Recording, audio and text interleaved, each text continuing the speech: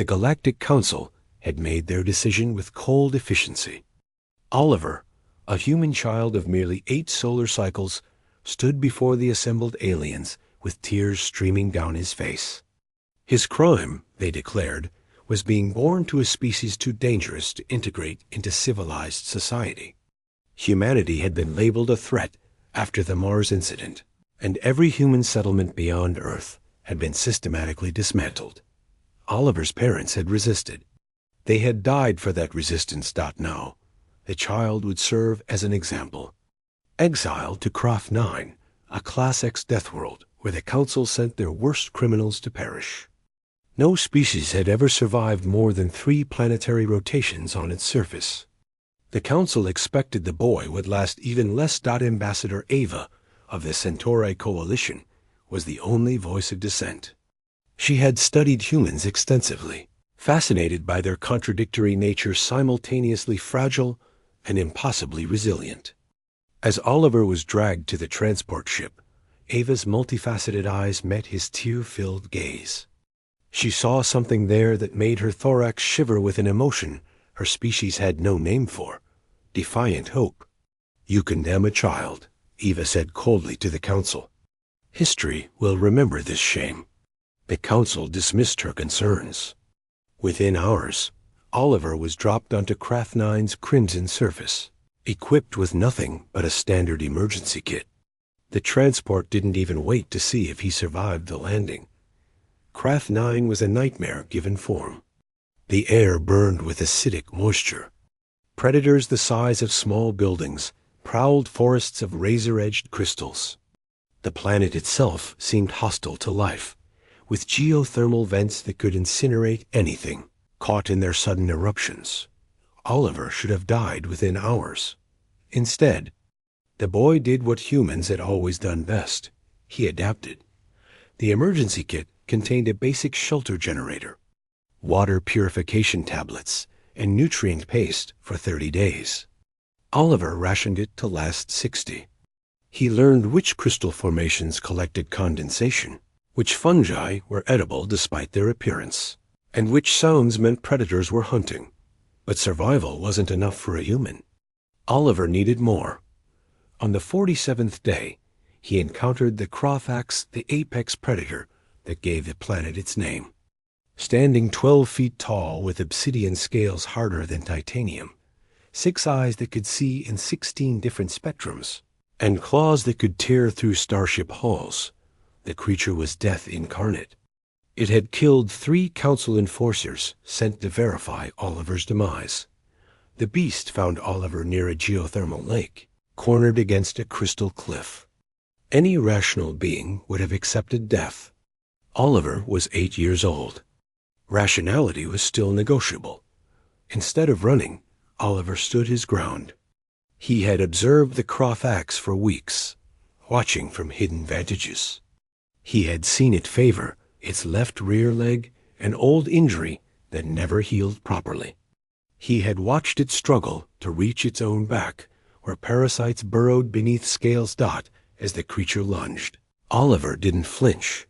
He held up his hands empty, non-threatening, and spoke in a steady voice despite his terror.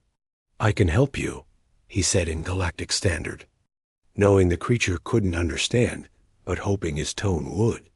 "I've seen you hurt. I can make it better."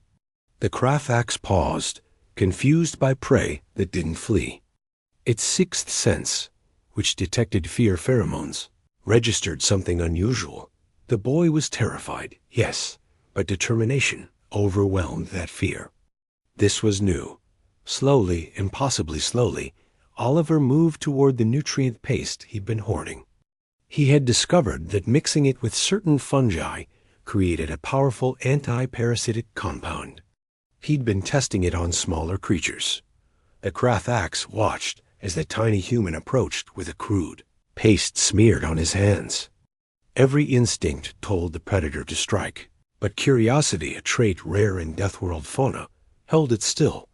Oliver reached up, barely able to touch the creature's lowest scales, and began applying the mixture.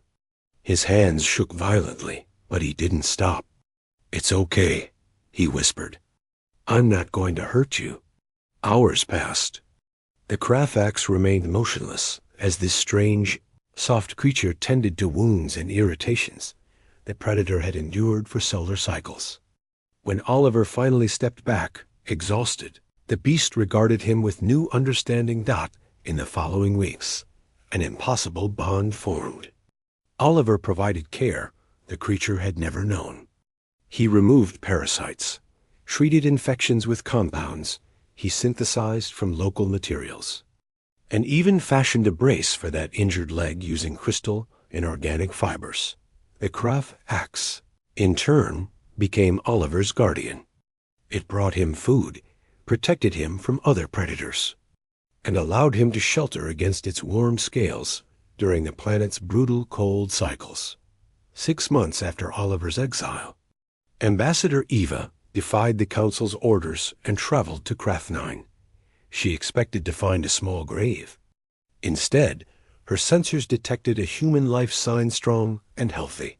When her ship landed, Eva emerged to find a sight that would become legend across 1,000 worlds. Oliver, now taller and stronger from harsh living, sat beside the most feared predator in Council records.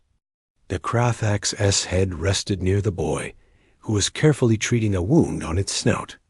The creature's eyes tracked Eva with predatory focus, but it made no move as long as she didn't threaten the child.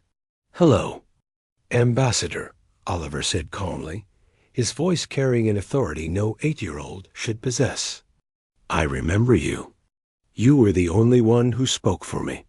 Eva's translator merely captured her species' expression of profound shock. How are you alive?" Oliver smiled, stroking the Kraffax scales. "You teach predators that humans are prey. They'll hunt us. You show them we can be partners." He looked at his impossible companion. "Then everything changes." Eva documented everything and brought it before the Council.